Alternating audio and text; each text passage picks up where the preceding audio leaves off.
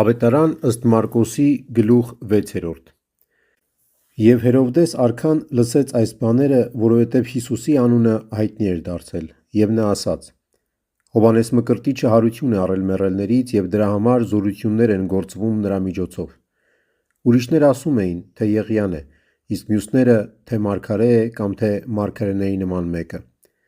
Երբ Հերովդես այս լսեց, ասաց. Հովհաննեսը, որի գլուխը կտրեցի ես, սա նա է, մեռելներից հարություն է առել: Արդարև ինքը Հերովդեսն էր մարդ ուղարկել, ձերբակալել էր Հովհաննեսին, կապել նրան և բանտարկել, իր եղբոր Փիլիպպոսի կնոջ Հերովդիայի պատճառով, քանի որ Հերովդեսը նրան իրեն կին էր դարձրել: Եվ քանի որ Հովհաննեսը Հերովդեսին ասում էր. Քո եղբոր կնոջը քեզ կին առնելը օրինավոր չէ: Եվ Հերովդիան ոխ էր պահել նրա դեմ ու ուզում էր նրան սպանել տալ, բայց չէր կարողանում, որովհետև Հերովդեսը վախենում էր Հովհաննեսից, քանի որ նրան գիտեր որպես արդար և սուրբ մարդու և նրան հովանավորում էր ու նրան անսալով շատ բաներ էր անում և քաղցրությամբ լսում էր նրան: Սակայն մի հարմար օր եկավ, երբ Հերովդեսը իր ծննդյան տարեդարձի ընթրիքն էր տալիս իր նախարարներին, Գալիլեայի մեծամեծներին և հազարապետներին: Եվ երբ Հերովդիայի դուստրը ներս մտավ և սկսեց պարել,